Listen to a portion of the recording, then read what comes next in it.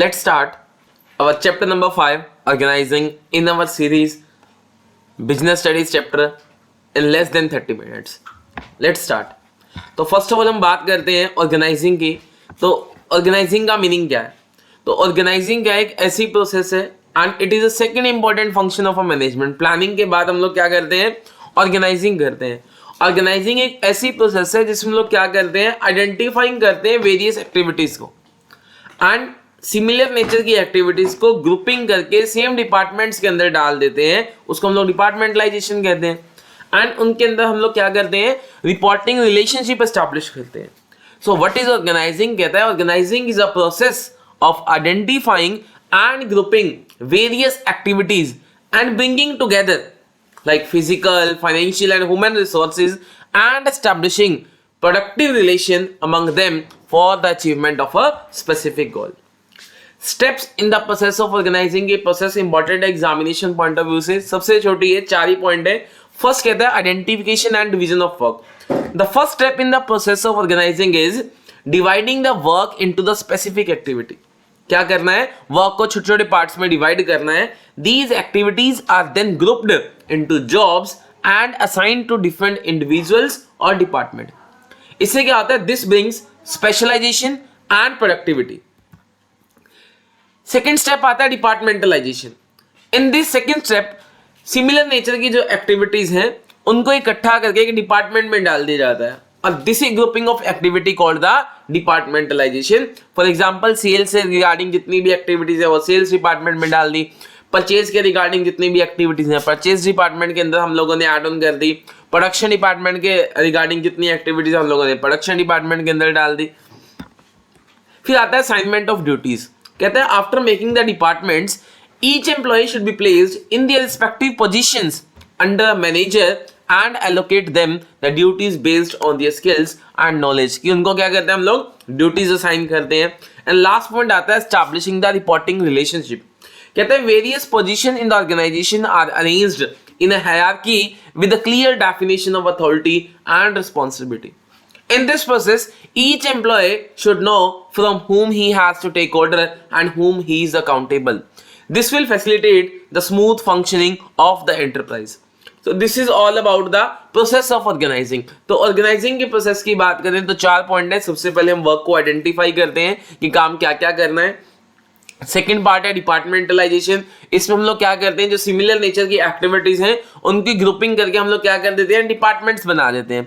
And third point आता है after making the departments हम लोग क्या करते हैं? उनको नेसेसरी ड्यूटीज असाइन करते हैं. एंड नेसेसरी ड्यूटीज असाइन करने के बाद लास्ट पॉइंट आता है एस्टैब्लिशिंग रिपोर्टिंग रिलेशनशिप, जो ये क्लियर करता है कौन किसको रिपोर्ट करेगा और किसको अकाउंटेबल होगा एंड किससे ऑर्डर रिसीव करेगा. फिर आता है importance of organising. Why we do the organising? Organising क्यों की जाती है? तो कहता है ऑर्गेनाइजिंग के बेनिफिट्स क्या हैं. तो फर्स्ट कहता है बेनिफिट ऑफ स्पेशलाइजेशन.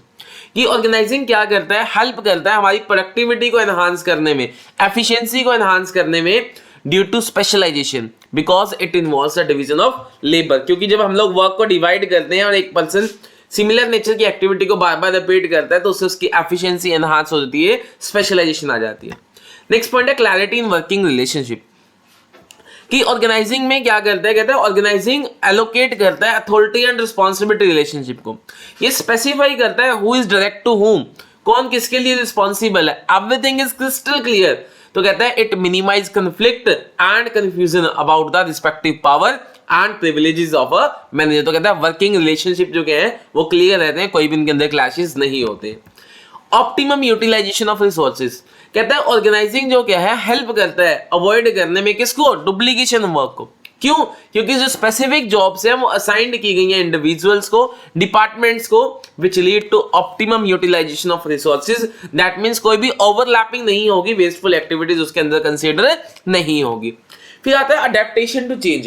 कि जो ऑर्गेनाइजिंग है वो हेल्प करता है किसमें? चेंजेस को एक्सेप्ट करने में, because we know that business works in a dynamic environment. और कहता है एक साउंड ऑर्गेनाइजेशन जो क्या है वो हेल्प करता है adjustments to change due to changing condition in the external environment with respect to technology में चेंज हुआ है, मार्केट्स में या प्रोडक्ट्स में कुछ चेंज हुआ है.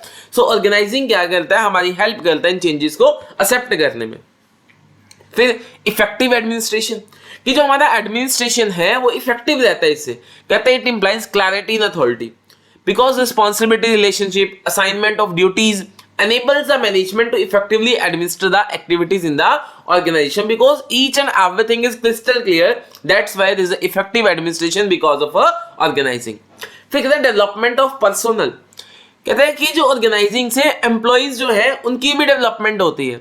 कहते हैं organising provides creativity among the manager. Organising से क्या आता है, मैनेजर्स के अंदर क्रिएटिविटी प्रोवाइड होती है। कहते हैं through delegation of authority superiors can be engaged in the exceptional matter and a low level manager get an opportunity to develop, कि वर्क को डेलीगेट करके अथॉरिटी को डेलीगेट करके जो सुपीरियर्स के पास टाइम बच जाता है इंपॉर्टेंट मैटर में कंसर्न करने का, और जो लो लेवल मैनेजर है उन्हें अपॉर्चुनिटी मिल जाती है डेवलप होने की। फिर कहता है एक्सपेंशन एंड ग्रोथ, कि जो ऑर्गेनाइजिंग है वो हमारी हेल्प करता है किसके अंदर, in growth and expansion of enterprise by bringing an order for everything instead of conflict and removes the conflict among people over work and create a suitable environment for the teamwork। तो growth तो होगी। Organisation structure की बात करें तो organisation structure क्या है, एक एस्टैब्लिश पैटर्न ऑफ रिलेशनशिप है among various parts of a enterprise. मतलब एक ढांचा प्रिपेयर किया जाता है। It states the relationship among various position and activities. कहता है ये जो स्ट्रक्चर होते हैं this provides a framework for managers and employees for performing their functions. फिर आता है span of management.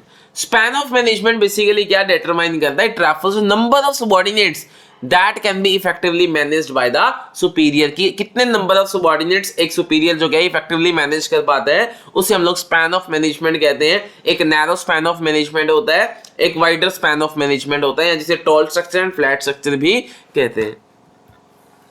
Organisational structure की बात करें, it is essential to ensure smooth flow of communication and better control over the operation of a business enterprise. तो types of organisational structure की बात करें तो वैसे तो बहुत सारे हैं, but according to the 12 CBSE syllabus there are 2 types of organisational structure.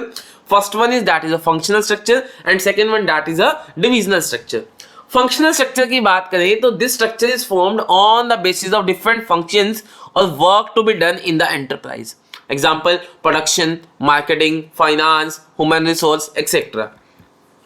Like that is a functional structure. एक मैनेजिंग डायरेक्टर है, फाइनेंस मैनेजर अलग है, मार्केटिंग मैनेजर अलग है, प्रोडक्शन मैनेजर अलग है, फिर मार्केटिंग मैनेजमेंट के अंदर like advertisement, sales, customer services, ऐसे अलग अलग डिपार्टमेंट्स जो के हैं अकॉर्डिंग टू वर्क हम लोग बना देते हैं। तो फंक्शनल स्ट्रक्चर से बेनिफिट क्या है, जो फंक्शनल स्ट्रक्चर क्या होता है जहाँ पे ऑन द बेसिस ऑफ हम लोग क्या करते हैं, फंक्शंस हम लोग क्या करते हैं, डिपार्टमेंट्स बनाते हैं, उसे फंक्शनल स्ट्रक्चर कहते हैं। तो इसमें स्पेशलाइजेशन आ जाती है, क्यों, क्योंकि जो एम्प्लॉई है वो सेम टास्क बार बार रिपीट कर रहा है, जिससे उसकी स्पेशलाइजेशन हो जाती है। बेटर कंट्रोल एंड कोऑर्डिनेशन, कहता है since the task in the department are similar, like production department के अंदर सारा टास्क प्रोडक्शन का ही हो रहा है, this kind of structure promotes the better control वहां पे रहता है, बेटर कोऑर्डिनेशन रहता है डिपार्टमेंटल लेवल पे। इंक्रीज्ड प्रॉफिट, कहता है increased managerial and operational efficiency leads to high profit, क्योंकि स्पेशलाइजेशन करेंगे, एफिशिएंसी एनहांस होगी तो प्रॉफिट्स बढ़ेंगे। फिर कॉस्ट रिडक्शन, कहते हैं जो फंक्शनल स्ट्रक्चर है वो हेल्प करता है to minimise the duplication of work so that cost of production क्या हो जाएगी, रिड्यूस हो जाएगी।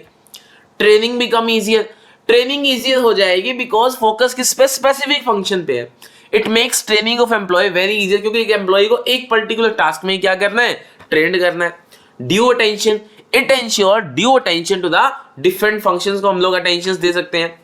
अब कुछ डिसएडवांटेजेस भी हैं इसके, कहते हैं less importance to the organisation trust, कहते हैं ये जो स्ट्रक्चर है ये ज्यादा इंपॉर्टेंस देता है फंक्शनल हेड को या डिपार्टमेंट्स को, so that only a least important may be given to the overall objective of a organization. हर एक डिपार्टमेंट अपने डिपार्टमेंट को जो क्या है वो बेटर बनाने में लगा रहता है, less than the organisation interest. फिर कोऑर्डिनेशन प्रॉब्लम, कहता है ऐसे स्ट्रक्चर के अंदर कोऑर्डिनेशन लाना भी बड़ा डिफिकल्ट है, as the information we pass among the various departments. Inter departmental conflicts, हमने इंपॉर्टेंस में पढ़ा था कि डिपार्टमेंटल लेवल पे तो कॉन्फ्लिक्ट रहता है, लेकिन दो डिपार्टमेंट्स के बीच में क्या रहता है, कॉन्फ्लिक्ट हो जाते हैं। देयर में बी अ कॉन्फ्लिक्ट बिटवीन 2 और मोर डिपार्टमेंट्स। कहते हैं for example production department insisting on increase in production may cause difficulties for purchase department to procure materials in time. Inflexibility in promotion, functional जो head होते हैं may not get training for top management position, hence they are not able to be promoted, उनको promotion नहीं मिलती है because like finance manager is only expert in the finance field, they don't have any knowledge about the marketing, about the production and the any other department, so they cannot get promoted to the general manager or a managing director. Suitability for functional structure कहते हैं जहां पे organisation का size large हो वहां पे हम लोग फंक्शनल स्ट्रक्चर बना सकते हैं. Where there are diversified activities, where a high degree of specialisation is required, यहाँ पर जब भी एक प्रोडक्ट हो तब हम लोग फंक्शनल स्ट्रक्चर को यूज कर सकते हैं. फिर आता है divisional structure. Divisional structure basically क्या है, it is a suitable for large organisation having different products, जहां पे डिफरेंट प्रोडक्ट्स होते हैं and having business in different areas. Like हम लोग east division, west division, north division, ठीक है, या फिर हम लोग on the basis of products भी इसको बांट सकते हैं. लाइक मेटल के प्रोडक्ट्स अलग, प्लास्टिक प्रोडक्ट्स का अलग, फिर उनके अंदर ही जो क्या है अलग अलग हर किसी के अपने अपने जो क्या होते हैं फंक्शंस होते हैं. मतलब डिविजनल स्ट्रक्चर के अंदर फंक्शनल स्ट्रक्चर भी लाई करता है. लाइक एक कंपनी है वो टेक्सटाइल में भी है, सीमेंट में भी है, फूड प्रोडक्ट्स में भी है. तो टेक्सटाइल के उसके सारे डिपार्टमेंट्स अलग होंगे, सीमेंट इंडस्ट्री के सारे डिपार्टमेंट्स अलग होंगे, फूड प्रोडक्ट्स के सारे डिपार्टमेंट्स क्या होंगे, अलग होंगे. अब इसके क्या फायदे हैं, स्किल डेवलपमेंट. कहते हैं जो प्रोडक्ट स्पेशलाइजेशन है वो हेल्प करती है development of various skills of a divisional head which makes him suitable for the higher position. कि जो एक डिविजनल मैनेजर है he has a knowledge of all the departments so they get easily promoted to the higher position. फिर fixation of responsibility. Divisional head can be made responsible for profit from his product or area. हम किसी एक particular जो divisions हैं उसको responsible ठहरा सकते हैं कि आपकी रिस्पॉन्सिबिलिटी बनती है. Quick decision, each division function as an autonomous body, therefore quick decision can be taken, हम लोग उसमें ले सकते हैं. एक्सपेंशन एंड ग्रोथ, इजीली हम बिजनेस को एक्सपेंड कर सकते हैं, न्यू डिवीजन को इजीली ऐड ऑन कर सकते हैं without disturbing the existing one. But इसके कुछ डिसएडवांटेज भी है डिविजनल स्ट्रक्चर के. लाइक कहते हैं conflict among the divisions, divisions के बीच में क्या आता है, कंफ्लिक्ट आ जाता है. Like allocation of fund to various division is problem, किसको दें और किसको ना दें पैसे ज्यादा. इंक्रीज्ड कॉस्ट, हर एक डिवीजन में कुछ similar function like production, finance, marketing same से है, इससे जब सबका अलग अलग होगा तो डुप्लीकेशन ऑफ एक्टिविटीज होगी, कॉस्ट बढ़ जाएगी. Independent authority is harmful. जो डिविजनल मैनेजर है वो इंडिपेंडेंट है so that he can do as he like, उसका जो मन करे वो करे, तो ऑर्गेनाइजेशन के इंटरेस्ट को उससे जो क्या है खतरा हो सकता है. सुटेबल कहाँ पे कहते हैं, जहाँ पे large variety of products manufactured हो रहे हैं वहां पे divisional structure. Where an organization works in various parts of a country या where an organization grow and requires more departments, वहां पे हम लोग डिविजनल स्ट्रक्चर को अप्लाई कर सकते हैं. सो बेसिकली यहाँ डिफरेंस दिया हुआ है. तो फॉर्मेशन की बात करें तो functional structure based on functions and divisional structure based on product lines. Specialisation की बात करें, फंक्शनल स्ट्रक्चर हम लोग स्पेशलाइज्ड होते हैं ओनली इन पर्टिकुलर फंक्शंस में, और डिविजनल स्ट्रक्चर में क्या होता है, प्रोडक्ट स्पेशलाइजेशन आ जाती है. रिस्पॉन्सिबिलिटी की बात करें तो फंक्शनल स्ट्रक्चर में किसी भी पर्टिकुलर डिपार्टमेंट की रिस्पॉन्सिबिलिटी फिक्स करना डिफिकल्ट है, लेकिन डिविजनल स्ट्रक्चर के अंदर एक डिपार्टमेंट की रिस्पॉन्सिबिलिटी फिक्स करना इजी है. मैनेजरियल डेवलपमेंट फंक्शनल स्ट्रक्चर में डिफिकल्ट है क्योंकि वो एक ही पर्टिकुलर फील्ड में एक्सपर्ट हो रहा है, लेकिन डिविजनल में मैनेजरियल डेवलपमेंट हो रही है. कॉस्ट की बात करें तो फंक्शनल स्ट्रक्चर इकोनॉमिकल है, लेकिन डिविजनल स्ट्रक्चर से हमारी कॉस्ट बढ़ जाती है. कोऑर्डिनेशन की बात करें, कहता है difficult for multi product organization में कोऑर्डिनेशन बनाना मुश्किल हो जाता है, एंड डिविजनल की बात करें easy for multi product organization. फिर आता है हमारे पास formal organisation and informal organization. Formal organization क्या है, it is a structure of a relationship deliberately designed by the top management to attain the objective. कहते हैं फॉर्मल ऑर्गेनाइजेशन जो क्या है deliberately क्रिएट किया जाता है टॉप मैनेजमेंट के द्वारा to attain the objective of organization. Here the responsibility, authority, etc. will be specified. Like formal group and informal group. Like एक स्कूल में आप लोगों का व्हाट्सएप ग्रुप स्कूल्स ने बनाया होता है, that is made by the school teacher या कोई भी एक हायर अथॉरिटी ने बनाया होता है, that is a formal group. और एक व्हाट्सएप ग्रुप फ्रेंड्स ने मिलकर अपना खुद से अलग से बनाया हुआ है, पूरी क्लास उसके अंदर ऐड ऑन है, that is a informal group. Every subordinate is expected to obey his superior in the formal chain of a command.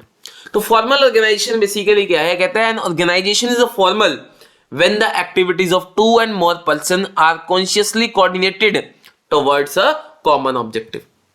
Features क्या है फॉर्मल ऑर्गेनाइजेशन के, सुपीरियर सबऑर्डिनेट रिलेशनशिप रहता है. कहता है it is well defined in a formal organisation and it clarifies as who has to report to whom, कौन किसको report करेगा. जो सुपीरियर सबऑर्डिनेट रिलेशनशिप होते हैं फॉर्मल ऑर्गेनाइजेशन के अंदर वो बिल्कुल क्लियर होते हैं. रूल्स एंड प्रोसीजर, जो फॉर्मल ऑर्गेनाइजेशन है वो रूल्स एंड रेगुलेशंस के ऊपर चलता है. डेलिबरेटली क्रिएट किया जाता है ऑर्गेनाइजेशन की स्मूथ फंक्शनिंग के लिए. कोऑर्डिनेशन पॉसिबल है क्योंकि एफर्ट्स जो डिफरेंट डिपार्टमेंट्स उसको कोऑर्डिनेट किया जा सकता है because of formal organisation. Emphasis किसके ऊपर दिया जाता है? वर्क के ऊपर रेदर देन इंडिविजुअल्स, मतलब पर्सनल फीलिंग्स को इग्नोर किया जाता है। Easy to fix the responsibility, जब रिलेशनशिप क्लियर है सुपीरियर सबऑर्डिनेट तो responsibility can be fixed very easily in the formal organisation. फिर एडवांटेजेस क्या होता है? Avoidance of duplication of work avoid होता है बिकॉज जो हर एक इंडिविजुअल का रोल है वो क्लियरली स्पेसिफाई है, तो डुप्लीकेशन ऑफ वर्क का कोई चांस ही नहीं रहता। यूनिटी ऑफ कमांड पॉसिबल है, कहता है communication through chain of command ensure unity of command, क्योंकि प्रॉपर एक फॉर्मल थ्रू चैनल के थ्रू रहेगा सब कुछ, इजिली हम लोग अपने ग्रुप गोल्स को अचीव कर सकते हैं। स्टेबिलिटी रहती है because specific rules and behaviour होते हैं एम्प्लॉयज का, वो स्टेबिलिटी देते हैं इसको ऑर्गेनाइजेशन को। डिसएडवांटेजेस की बात करें, procedural delay because lot of इसमें जो क्या है चेन ऑफ कमांड हम लोग फॉलो करते हैं, स्केलर चेन को फॉलो करते हैं, तो एक टाइम कंज्यूमिंग है और जो क्या है डिसीजन डिले हो जाते हैं। नो क्रिएटिविटी, एम्प्लॉयज जो क्या है डेविएट नहीं हो सकते रूल से प्रोसीजर से जो टॉप मैनेजमेंट ने बनाए हैं, तो हैंस देयर नो चांस, उनकी क्रिएटिविटी नहीं रहती है। फिर more emphasis on structure and work, कहता है ये जो क्या है इंपॉर्टेंस देता है ओनली जॉब को, not for the human relation को कोई भी इंपॉर्टेंस नहीं देता है।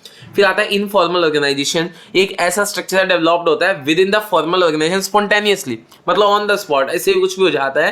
That is the network of personal and social relationship on the basis of friendship and common interest is called the informal organisation. की वर्क प्लेस के अंदर फॉर्मल ऑर्गेनाइजेशन के अंदर ही हमारी पर्सनल फीलिंग्स जो क्या है कॉमन इंटरेस्ट की वजह से हम लोग फ्रेंड सर्कल जो बन जाता है, that is a informal group. Informal group में क्या होती है? पर्सनल इंटरेक्शन होती है। कहता है it originate from within the formal organisation as a result of personal interaction among the employees, कि जो फॉर्मल ग्रुप तो है ही है वहां पे एम्प्लॉइज के बीच में जो पर्सनल इंटरेक्शंस होती है उस वजह से इनफॉर्मल ग्रुप्स बन जाते हैं। रूल्स एंड रेगुलेशंस की बात करें तो कोई particular official rules and regulations नहीं होते हैं इसमें। इंडिपेंडेंट चैनल ऑफ कम्युनिकेशन है, विदाउट स्पेसिफाइड डायरेक्शन कोई भी कहीं भी बात कर सकता है। एमर्जिंग स्पॉन्टेनियसली कहीं भी हो जाता है, वॉलंटरली मतलब कुछ भी हो जाता है, कोई ऐसा सोच समझ के नहीं किया जाता, कोई नो डेफिनेट स्ट्रक्चर नहीं है इसका, ठीक है। फिर कहता है स्पीड, एडवांटेजेस की बात करें तो कम्युनिकेशन बड़ा स्पीड है क्योंकि कोई भी ऑफिशियल चेन ऑफ कमांड यहाँ फॉलो नहीं करनी है। सोशल नीड है, हमारी जॉब सेटिस्फेक्शन इससे कंप्लीट हो जाती है। सपोर्ट होता है फॉर्मल ऑर्गेनाइजेशन को इजीली, हम लोग जो क्या है जो रिएक्शन होते हैं एम्प्लॉइज के towards a plan and policy can be trusted to the informal organisation. False news में बी स्प्रेड, र्यूमर्स जो क्या है वो बहुत जल्दी फैलते हैं, इसकी सबसे बड़ी डिसएडवांटेज यही है।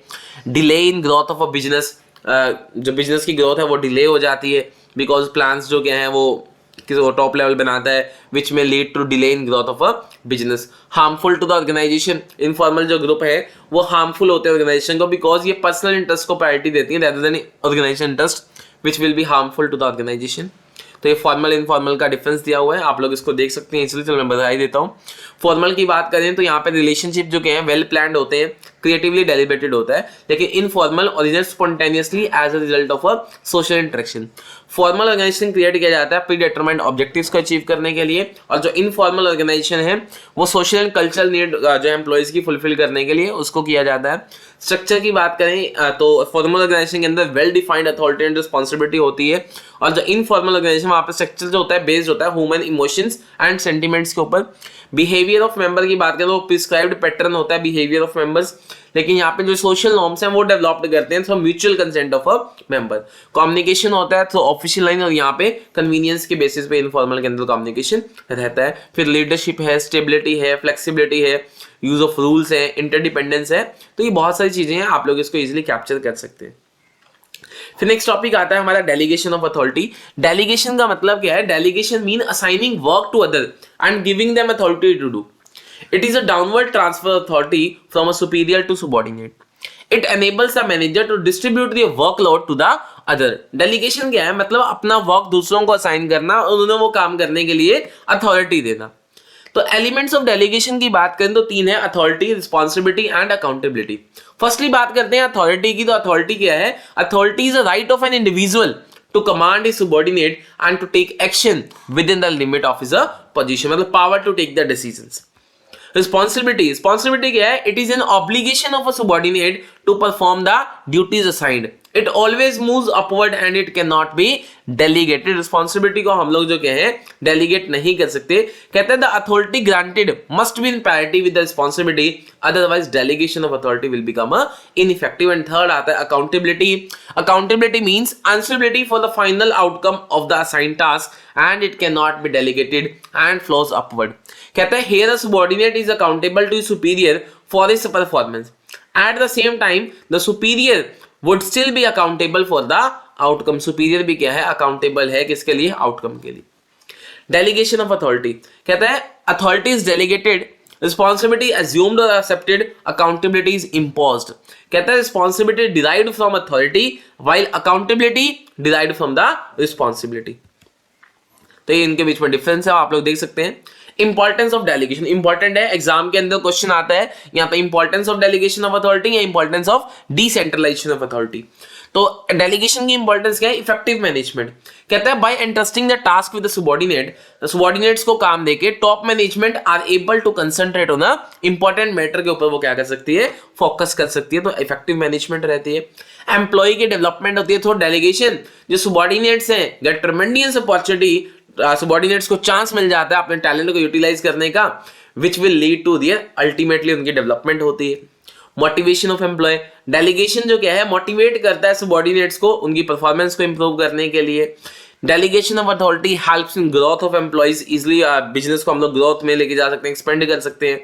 मैनेजरियल हायरार्की, डेलीगेशन जो क्या है स्ट्रिक्टली फॉलो करता है किसको, मैनेजरियल हायरार्की को. Better coordination, delegation ensure proper reporting which will help to coordinate the activity of different employees and the departments के बीच में प्रॉपर कोऑर्डिनेट रहता है, तो प्रॉपर कोऑर्डिनेशन रहता है इसमें. फिर आता है डिसेंट्रलाइजेशन. डिसेंट्रलाइजेशन की बात करें, decentralisation just an expansion of a delegation of authority. कहता है it is a systematic dispersal of authority to the low level of organisation. कहता है जब हम लोग सिस्टमैटिकली अथॉरिटी को डिस्पर्स कर देते हैं लो लेवल तक, उसे हम लोग डिसेंट्रलाइजेशन कहते हैं. And organisation is said to be decentralised when manager at middle and low level are given the request authority to take decision and appropriate action on matter relating to the respective areas of the work. Importance की बात करें तो कहता है reduction of a workload of a top executive का workload कम हो जाता है. And development of employees, subordinates motivate होते हैं, quick decision making, promote initiative and creativity, better coordination of activity and better control. Delegation and decentralization के difference की बात करें तो डेलीगेशन का मीनिंग क्या है, entrusting authority and responsibility from one individual to another, अपनी अथॉरिटी एंड रिस्पॉन्सिबिलिटी एक से दूसरे को ट्रांसफर करना. और डिसेंट्रलाइजेशन क्या होता है, systematic delegation of authority in the organisation. Nature की बात करें तो डेलीगेशन इंडिविजुअलिस्टिक है और डिसेंट्रलाइजेशन टोटलिस्टिक है under the organisational setup. Scope की बात करें लिमिटेड है डेलीगेशन का स्कोप, लेकिन डिसेंट्रलाइजेशन वाइडर है as it is an organisational. Responsibility की बात करें तो डेलीगेशन के अंदर responsibility remains with the superior के पास रहती है, लेकिन डिसेंट्रलाइजेशन में executive is relieved from the responsibility up to a certain extent.